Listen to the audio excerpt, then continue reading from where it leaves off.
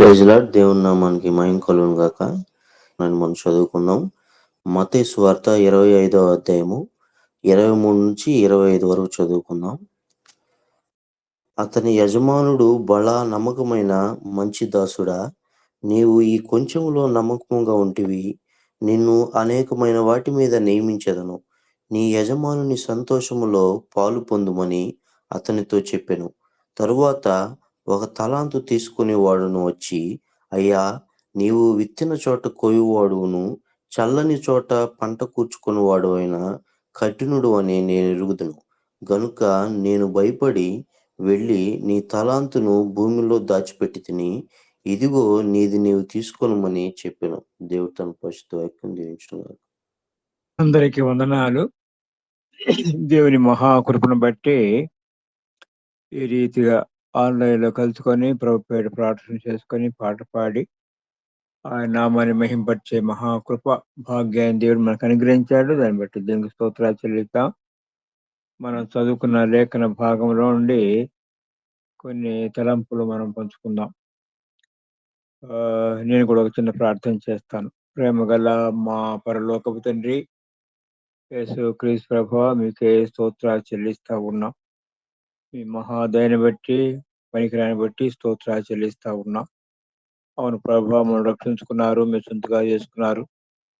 రాజులైన యాజక సమూహంలోనికి మీరు మార్చుకునేందుకు స్తోత్రాలు చెల్లిస్తా ఉన్నాం. అదే సందర్భంలో ఈ లోకంలో మేము మీ కొరకు జీవించే నిమిత్తం మీరు మాకు అనుగ్రహిస్తున్న ప్రతి సదుపాయాన్ని బట్టి స్తోత్రాలు చెల్లిస్తా ఉన్నాం. ప్రత్యేకంగా ప్రభువా, ప్రహ్లూరులో మరి ఏర్పాటు చేసుకున్న మరి ఈ యొక్క యునైటెడ్ క్రిస్టియన్ బట్టి స్తోత్రాలు చెల్లిస్తా ఉన్నాం.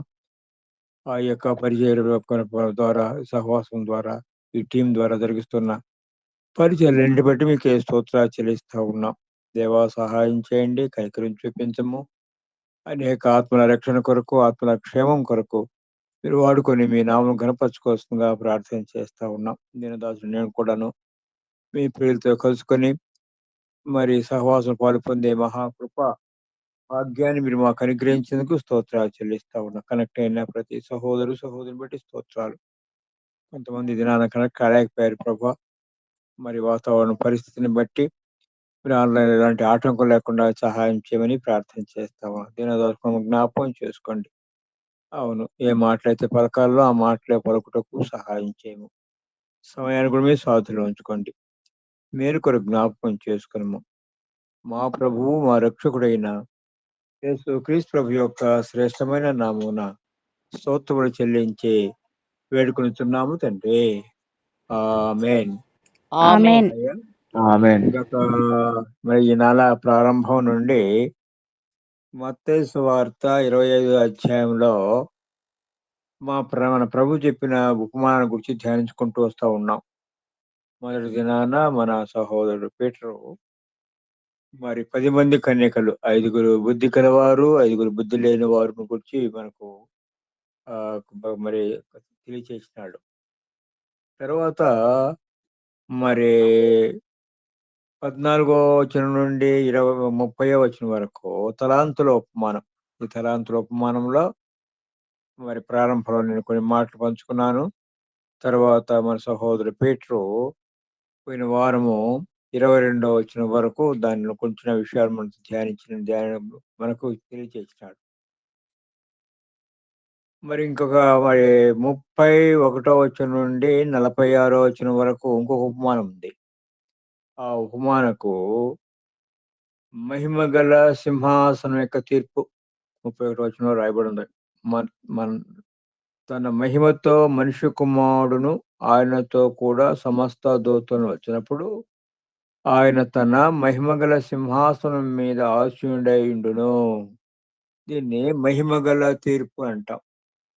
కనుక ఈ 3 ఉపమానాల్లో విషయాలు అంటే, మొదటి ఉపమానాల్లో 10 మంది కన్యకులు, 5గురు బుద్ధి కలిగిన వారు, 5 బుద్ధి లేని వారు. వీరు ఆ గొర్రెపిల్ల వివాహ మహోత్సవానికి ఆహ్వానించబడిన పాత నిబంధన భక్తులు, లేదంటే చెలికెత్తలు, మరి స్నేహితులను కూడా చెప్పాల్సి వస్తుంది. ఎందుకంటే మరి బాప్తిస్మ యోహాను మన ప్రభు అయిన యేసుక్రీస్తుని గురించి చెప్తూ సాక్ష్యం ఇస్తూ తన గురించి కూడా ఇదిగా చెప్తున్నాడు.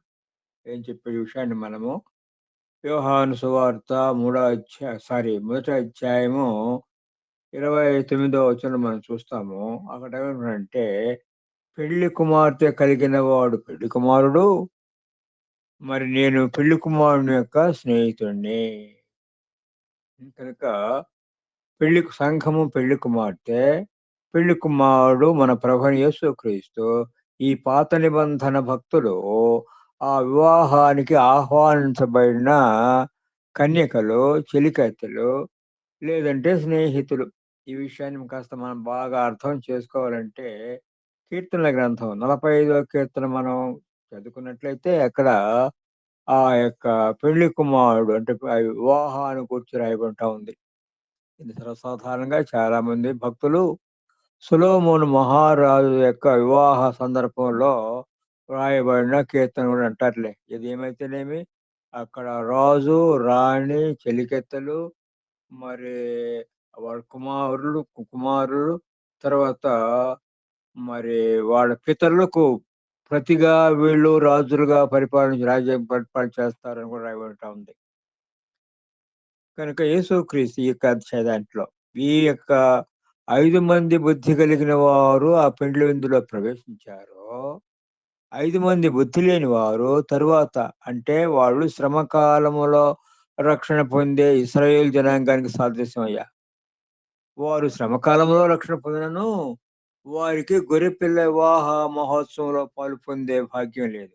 ఏండ్ల పరిపాలనలో పాలు పొందుతారులే కదా! వాళ్ళు తిరిగి వెళ్ళి నూనె కొనుక్కొని, ఆ యొక్క దీపాలు వెలిగించుకొని వచ్చిన చూస్తే కూడాను, వారికి తలుపు తీయబడలేదు. సరే, ఇప్పుడు మనం చదువుకునే వాక్య భాగం లేకంటే, ఈ మత్తయి సువార్తలో ఉండే రెండవ ఉపమానము 14 వచనం నుండి 30 వచనం వరకుండి తలాంతుల ఉపమానము. గత 2 వారాలుగా మనం ధ్యానించుకుంటా వచ్చినాము కదా!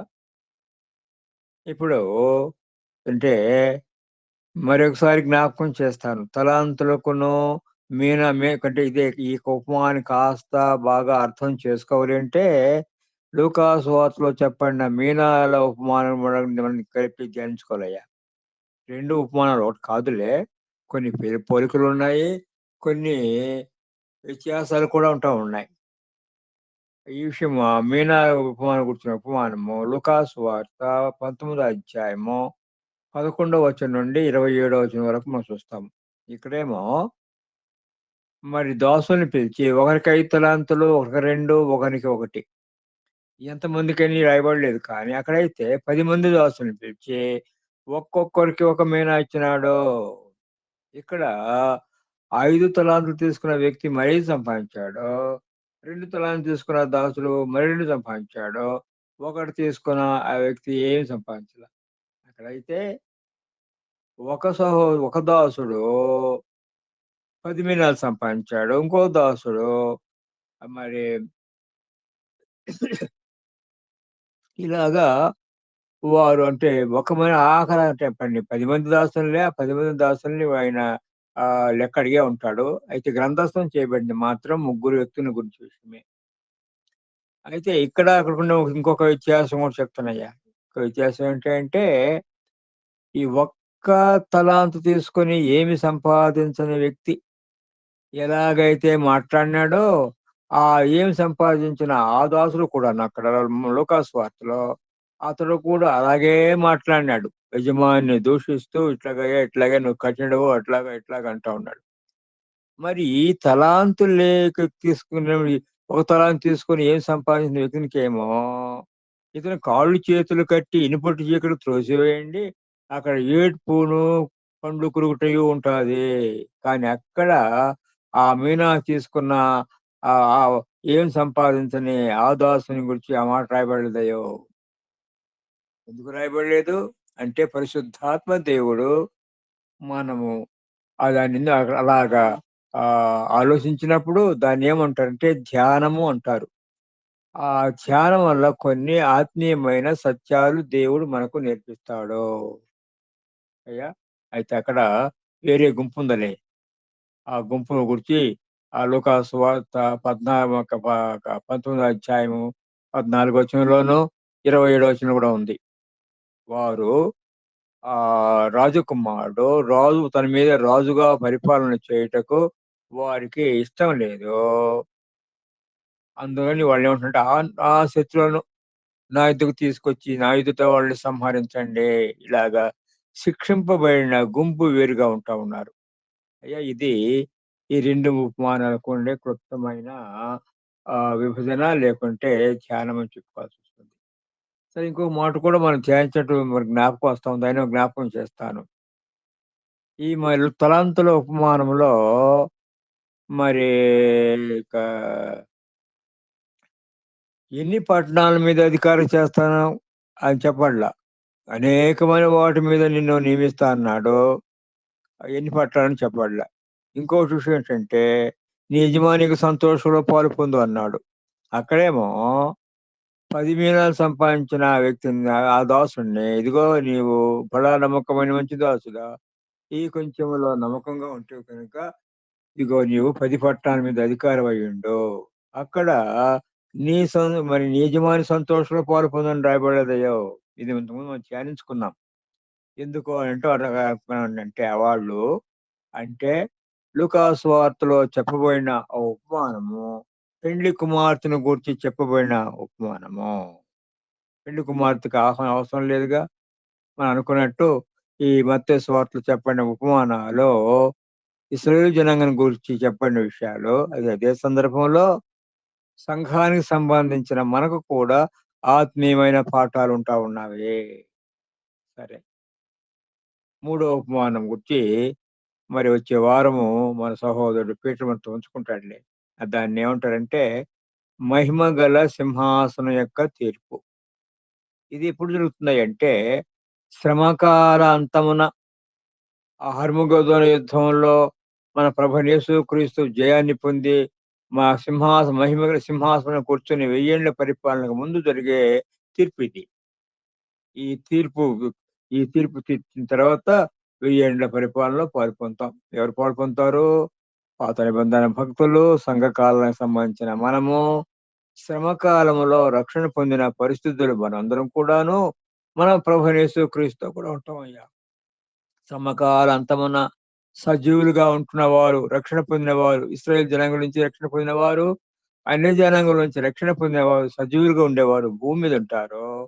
మనమైతే ఆ నూతన యెరూషలేములో ఉంటాము. వీరి మీద మనము పరిపాలన చేస్తాము. మన ప్రభువైన యేసుక్రీస్తు రాజులకు రాజుగాను, ప్రభువులకు ప్రభువుగా ఆయన పరిపాలన చేస్తాడు. ప్రభువునందు విశ్వాసం ఉంచిన మనము ప్రభుతో కూడా రాజులుగా ఉండబోతా ఉన్నాము. ఎంత ధన్యతో చూడండయ్యా. ఆ పాత నిబంధన భక్తులు, శ్రేష్టమైన భక్తులు, గొప్ప గొప్ప భక్తులున్నారు.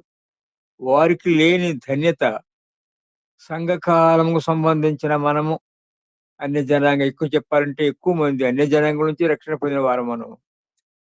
ఇశ్రాయేలు జనాంగం నుంచి రక్షణ పొందేవాళ్ళు చాలా తక్కువ మందయ్యా. సరేలే. వారి కొరకు ప్రత్యేకంగా శ్రమ కాలాన్ని కేటాయించారు. రేపు మరి ఆ శ్రమకాల అంతమున జనాంగం ఇశ్రాయేలు జనాంగం అంతా రక్షణ పొందుతారయ్యా.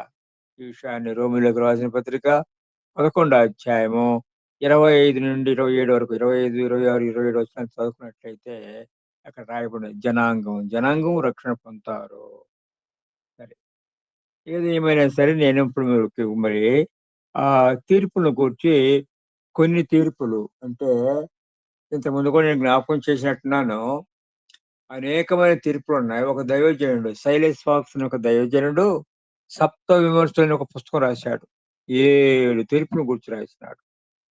ఒకవేళ అనుకూలం దొరికితే మీరు అనుకూలమైతే యవ్వనస్తులైన మీరు ఆసక్తి కలిగిన వారు దైవ గ్రంథాన్ని బాగా ధ్యానిస్తున్నారు కనుక అది దొరికితే కొనుక్కొని చదవండి. కొన్ని మరి పాఠాలు మనం నేర్చుకునే దానికి ఆ పుస్తకం సహాయం చేస్తది. సరే. ఇప్పుడు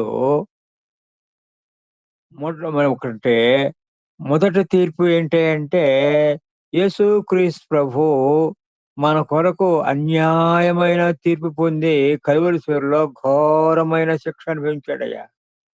యేసుక్రీస్తు ప్రభు ఈ లోకానికి వచ్చిన కారణాలు చాలా కారణాలున్నాయి. వాటిలో 1, 2 అంటే ఒక కారణం ఏంటంటే, అదృశ్య దేవుడిని, కనపడని దేవుడిని మనకు తెలియచేసే నిమిత్తము. అందుకని ఆయనకున్న పేర్లు ఒక పేరేంటంటే, అదృశ్య దేవుని స్వరూపి. Express image of invisible God. అంటే దేవునికి ఉండవలసిన లక్షణాలన్నీ, అంటే దేవుడు ఎవరు అనే దానికి తెలుసుకునే నిమిత్తము యేసుక్రీస్తు ప్రభు ఆయన దేవుడైండి కూడా మనిషిగా ఈ భూలోకానికొచ్చాడు. రెండవ కారణం ఏంటంటే, మనము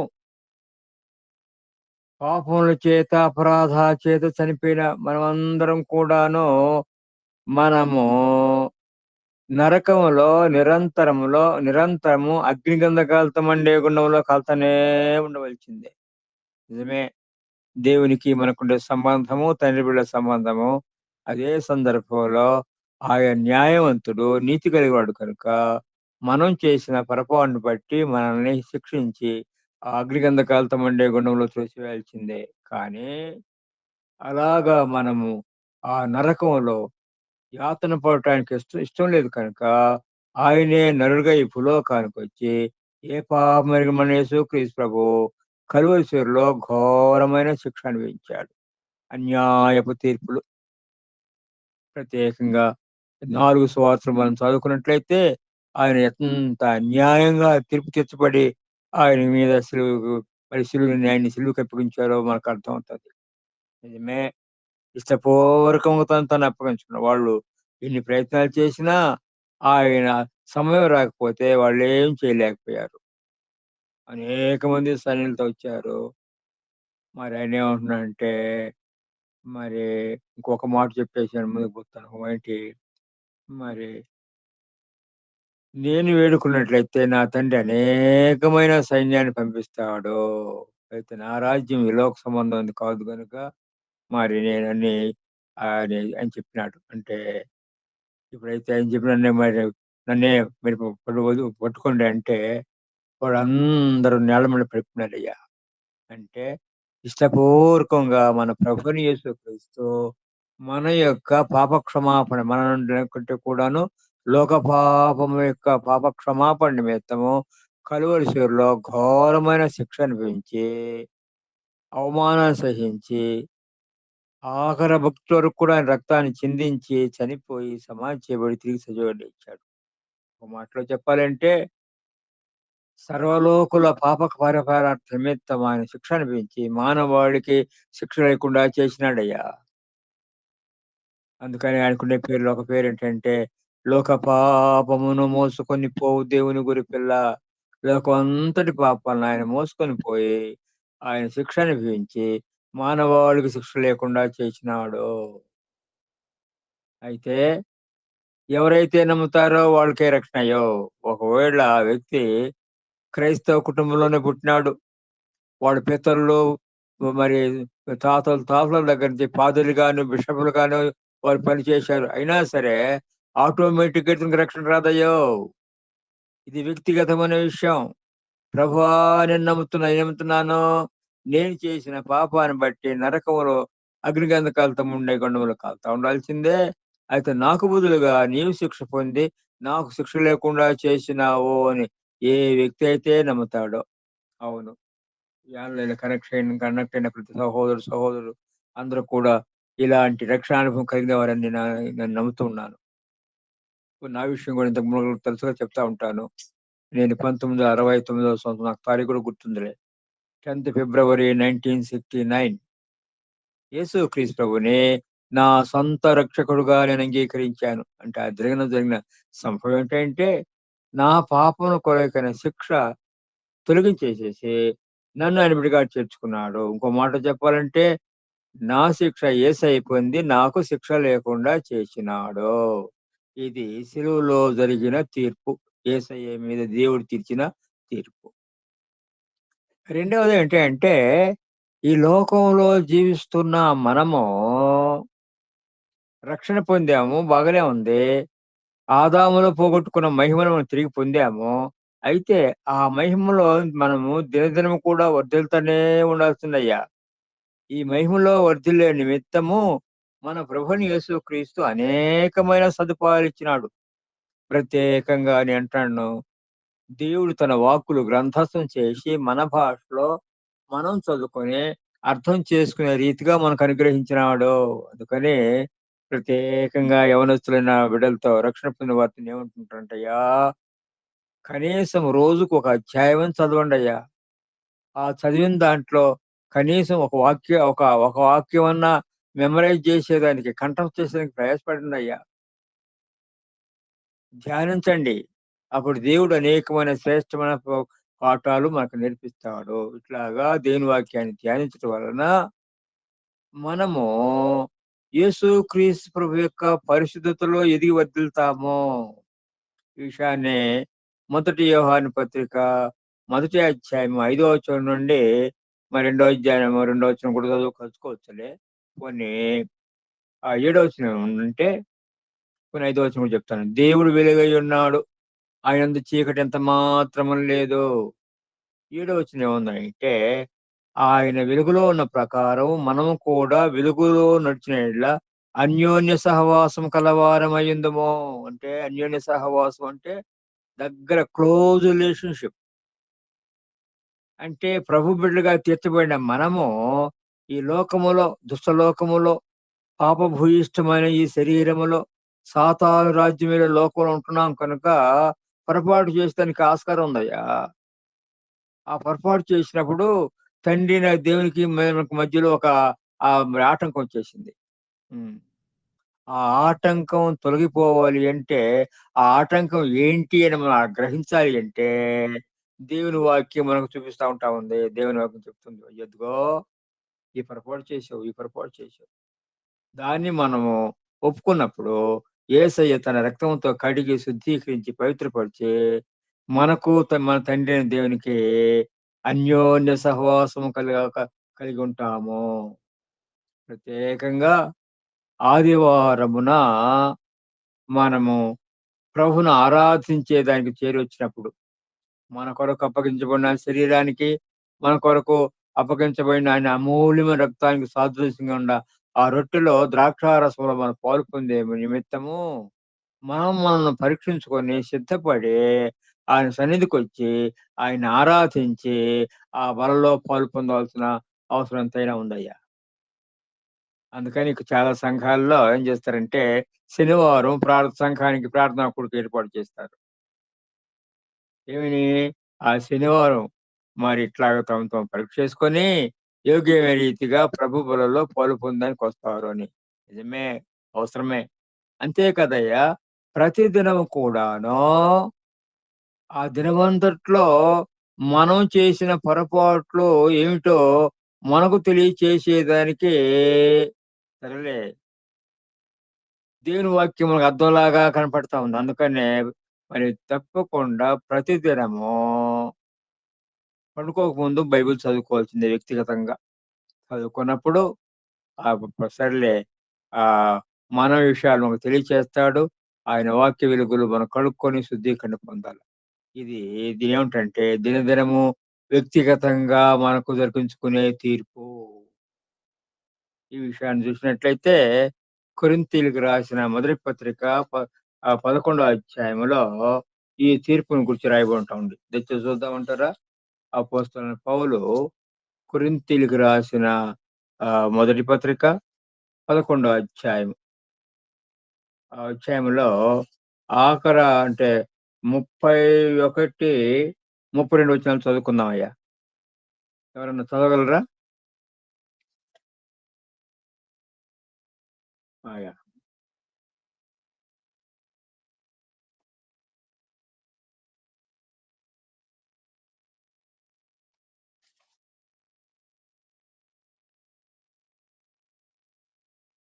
ఆ! ఆ! అర్థమైంది కదయ్యా! అంటే మనల్ని మనమే పరీక్ష చేసుకోవాలి. ఎందుకయ్యా అంటే, ఆ బలలో అయోగ్యంగా మనం పాలు పొందితే శిక్షా విధికి లోనవుతాము. అక్కడ 3 రకాలైన శిక్షలు ఉన్నాయి. ఎందుకు మనకు శిక్షిస్తున్నాడంటే, ఇది ఎలా చెప్పాలంటే, తండ్రి తన పిల్లలను శిక్షించిన రీతిగా. పిల్లోడు పొరపాటు చేస్తాడుగా! తల్లి, తండ్రి కొన్ని సందర్భాల్లో మరి వాడిని తిట్టను కూడా తిడతారు. కొట్టను కూడా కొడతారు. ఎందుకు కొడతారు? వాడు వాడి యొక్క క్షేమం కోరి. అట్లాగే మన తండ్రి అయిన దేవుడు మనల్ని శిక్షిస్తాడు. అందుకని మనం ఏం చేయాలంట? మనల్ని మనమే విమర్శించుకోవాలి. అయితే మనల్ని మనమే విమర్శించుకున్న యెడల తీర్పు పొందకపోదుము. మనము తీర్పు పొందిన యెడల లోకంతో పాటు మనకు శిక్షావిధి కలగకుండానట్లు ప్రభు చేత శిక్షింపబడుతున్నాము. ఎందుకు శిక్షొస్తుందంటే మనకు రావాల్సిన శిక్ష లేదు. ఏది? అగ్నిగంధకాలతో మండే గుండంలో పడవేయబడే ఆ శిక్ష మనకు లేదు కనుక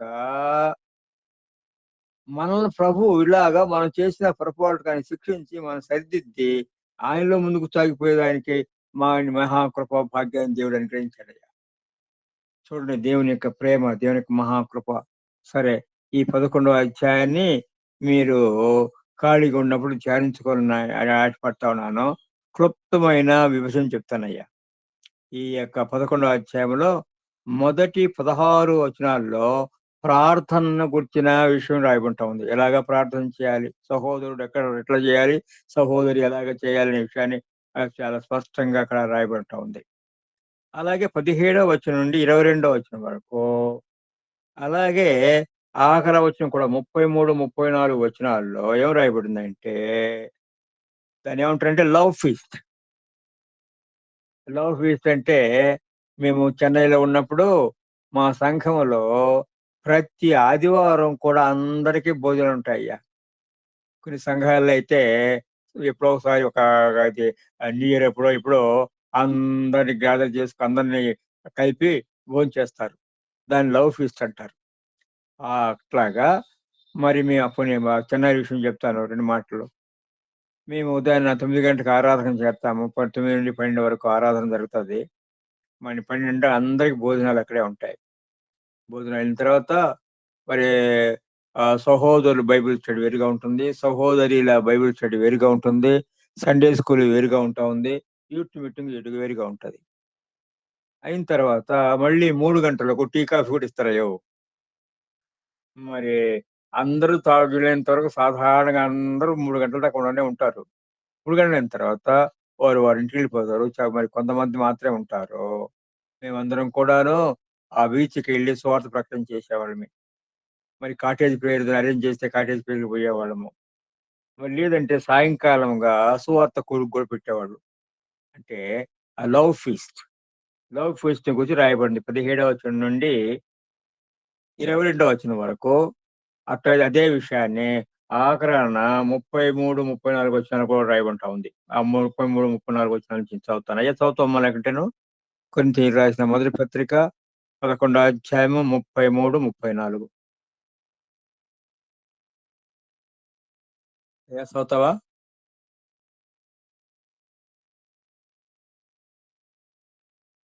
కాబట్టి నా సహోదరులారా, భోజనం చేయుటకు మీరు కూడి వచ్చినప్పుడు ఒకని కొరకు ఒకడు కనిపెట్టుకొనుడి.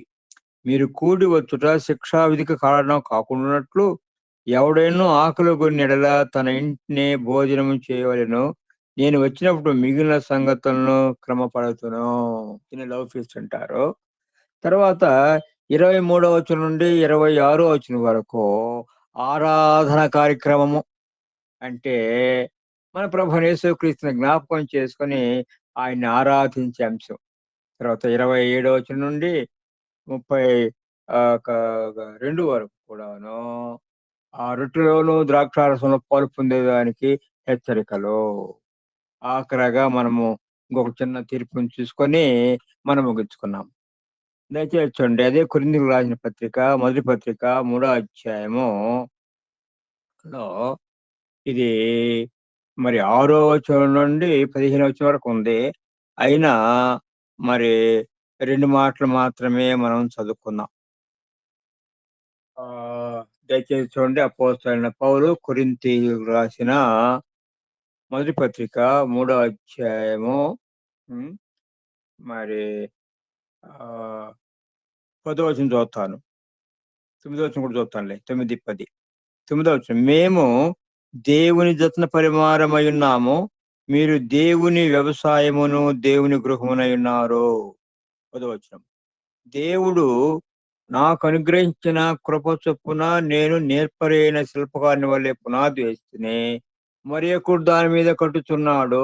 ప్రతివాడు దాని మీద ఎలాగ కట్టుచున్నాడో జాగ్రత్తగా చూసుకొనవలెను. అర్థమైంది కదా? దీన్ని ఏమంటారంటే క్రీస్తు న్యాయపీఠము. క్రీస్తు న్యాయపీఠం ఎవరికి దొరుకుతుందంటే విశ్వాసులైన మనకు. అంటే యేసు ప్రభువునందు విశ్వాసం ఉంచిన మనము, రక్షణ పొందిన మనకు శిక్షా విధి లేదు. ఆ ఫైనల్ జడ్జిమెంట్ లేదు.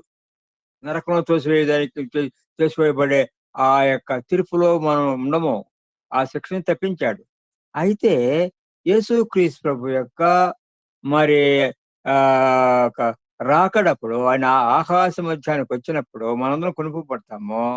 ఈ భూలోకంలో రక్షణ పొందిన మనము ప్రభు కొరకు ఎలాగా జీవించినామో, ఎంత పరిశుద్ధంగా మనం జీవించినామో, ఎంత నీతిగా మనం జీవించినామో, ఎన్ని ఆత్మల రక్షణ కొరకు మనం ప్రయాసపడ్డామో, దాన్ని బట్టి బహుమానాలు దేవుడు మనకు అనుగ్రహిస్తాడయ్యా.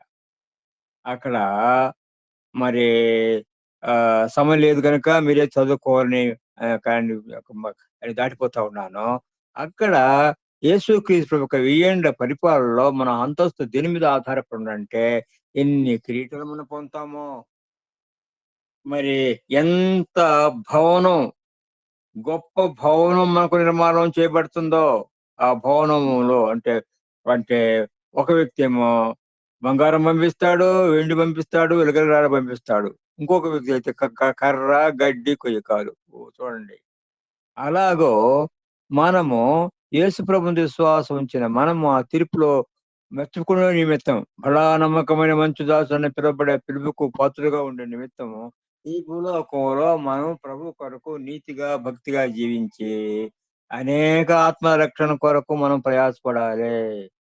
లోకంలో సంభవాలు మనం చూసినప్పుడు ప్రభు రాకడ చాలా సమీపంగా ఉంటుంది కనుక ఈ విషయాన్ని జ్ఞాపకం పెట్టుకొని ఈ మిగిలిన జీవితాన్ని మనం ప్రభు కొరకు మంచిగా, నీతిగా, భక్తిగా జీవించాలి. అదే సందర్భంలో అనేక ఆత్మ రక్షణ కొరకు మనం ప్రయాసపడాలయ్యా. ఈ విషయాన్ని జ్ఞాపకం పెట్టుకొని మరి మనం మన మిగిలిన ఈ కొద్ది జీవితాన్ని సద్వినియోగపరుచుకొని ప్రభు కొరకు జీవించాలని ప్రభు పేట మనం చేస్తా ఉన్నాను. ప్రభు ఈ మాటలను మన కొరకు దీవించును గాక. నాకు ఈ అవకాశం ఇచ్చిన ఈసీవై టీమ్‌కి మా కుటుంబ తరపున వందనాలు చెప్తా ఉన్నాను. అవును. మీ కొరకు మీరు మా కొరకు ప్రార్థన చేస్తున్నారు. మేము మీ కొరకు ప్రార్థన చేస్తా ఉన్నాము. ఈ రీతిగా మనం ఒకరి కొరకు ప్రార్థన చేసుకొని ముందుకు సాగిపోతాం. ప్రభు నామము మహింపరచబడును గాక. అయ్యా అందరికీ వందనాలు. పరలోకమందున్న మా గొప్ప ప్రియ పరలోకపు తండ్రి, నీ ఘనమైన పాదాలకు వందనాలు, స్తుతులు, స్తోత్రాలు ప్రభా. జీవం కలిగిన దేవా, జీవాధిపతైన యేసయ్య, రాజులకు రాజు, ప్రభువులకు ప్రభువుడు తండ్రి. ఉదయ కాలం ప్రభా నాయన రాత్రి అంతయు సజీవులకు మమ్మల్ని నుంచి ప్రభా నాయన మరి యూసీవై టీంలో ప్రేయర్ చేయటకు మీరు ఇచ్చిన అవకాశం బట్టి సజీవ లెక్కలో ఉంచినందులకై నీకే వందనాలు, స్తుతులు, స్తోత్రాలు చెల్లిస్తూ ఉన్నాను. ప్రేమ కలిగిన తండ్రి నీకు వందనాలు ప్రభా. మరి నా తండ్రి అనేక మంది వెలుగుని చూడలేక ఎంతో మంది చనిపోయి ఉంటారు ప్రభా. మీరైతే మాకు ఈ ధన్యత ఇచ్చావు, నీకు వందనాలు, స్తుతులు, స్తోత్రాలు చెల్లిస్తూ ఉన్నాను దేవా. మరి ఉదయకాలం నా తండ్రి మంచి ఉపమానం తండ్రి నాయన మరి సుబ్బరాయుడు అంకుల్ ద్వారా మీరు మాకు వినిపింపజేసినందులకై నీకే వందనాలు ప్రభా. మరి బలా నమ్మకమైన మంచి దాసుడా నాయన, ఆయన ఇచ్చినటువంటి తలాంతుని 5 తలాంతులు ఇచ్చినటువంటి వాడు 5 ఇచ్చాడు, 2 తలాంతులు చేసినట్టు 2 ఇచ్చినాడు. కానీ ఒకటిగా ఇచ్చిన వ్యక్తి నాయన నువ్వు కఠినుడు అని నేను ఎరుగుదును, అందుకని మట్టిలో పూడ్చిపెట్టాను కనుక నా తండ్రి నేను ఇచ్చిన దేవుడు ఇచ్చినటువంటి వరాన్ని నాయన ఉపయోగించుకొని ఆ తలాంతుని మళ్ళా 2 అంతలుగా ఎక్కువగా చేసి ఇవ్వాల్సినటువంటి వాడు నాయన ఎంతో ఆయన దగ్గర శిక్ష పొందినాడు. ఆయనకున్న తలాంతులు కూడా దేవుడు తీసివేసి వేరొకరికి ఇవ్వటం జరిగింది. కనుక నా ప్రభా, ఈ లోకంలో నాయన ప్రభా, పాడైన లోకంలో మేము ఉంటుండగా ప్రభా, సాతానుడు ఆ రీతిగా పరిపరి విధాలుగా వాడి దినాలు అది దగ్గరగా ఉన్నాయి కనుక నా ప్రభా ఎంతో మందిని మోసం చేస్తూ నాయన ప్రభా దేవునికి దగ్గరికి రానియకుండా ప్రభా దూరస్తులుగా చేస్తున్నటువంటి వారు లోకాశలు, నేతరాశలు కలిగి ప్రభు ఉండుట వారిని ప్రభా నాయన యేసుక్రీస్తు ఈ లోకానికి వచ్చి ఆయన అన్యాయపు తీర్పు పొంది ప్రభా మా కొరకు ఆయన మరణ శిక్ష పొందినాడు నాయన. ఆ నరకాన్ని తప్పించుటకు ఆయన చూపిన ఆ గొప్ప త్యాగాన్ని బట్టి మీ పాదాలకు వందనాలు నైనా ప్రభావం తండ్రి. పాపలను దౌర్భాగ్యులు నీచులను మా కొరకునైనా ఆయన శిలువలో అమూల్యమైన రక్తాన్ని దారపోసినటువంటి గొప్ప దేవుడు, దేవాతి దేవుడు ప్రభా. ఎందుకంటే ఈ నరకాన్ని తప్పించాలి కనుక నా తండ్రి, పరలోక రాజ్యానికి అందరం చేరాలి కనుక నా తండ్రి ప్రభా, ఈ లోకంలో మంచి నమ్మకమైన దాసులుగా మేము ఉంటకు నీ కృపలో మేము జ్ఞాపకం చేసుకోమని ప్రార్థిస్తున్నాను తండ్రి. నాయనా ప్రతి కుటుంబంలో ప్రతి మనిషిలో ఏదో ఒడిదొడుకులు ఉంటాయి. అటువంటి వాటినన్నింటినీ తప్పించిన ప్రభా నీ వెలుగులోకి నడిపించుకుని ప్రభా ప్రతి ఒక్కరూ నీ రాజ్యానికి చేరాలని, అయా పెండ్లి విందులో మేము కూడా పాల్పంపులు పొందాలని, నిజమైనటువంటి ఆరాధన నువ్వు రొట్టె విరిచినప్పుడు నీకు నీవే నువ్వు పరీక్షించుకోమని చక్కటి వర్తమానాలు ఈ ఉదయకాలము మాకు వివరించిన ఆయన నీ దాసుని ఆయన కుటుంబాన్ని మీరు దీవించి ఆశీర్వదించమని, ప్రతి ఒక్కరము ఈ రీతిగా యేసుక్రీస్తునందు విశ్వాసించే భాగ్యం అనుగ్రహింపచేయమని నీ చేతులకు అప్పగించుకుంటూ మీ ప్రియ కుమారుడు మా రక్షకుడు మా ప్రభు యేసుక్రీస్తు పరిశుద్ధమైన నామములో స్తోత్రం చెల్లించి ప్రార్థించి అడిగి వేడుకుంటున్నాను తండ్రి. ఆమేన్. ఆమేన్. ఆమేన్. ఆమేన్. ఆమేన్.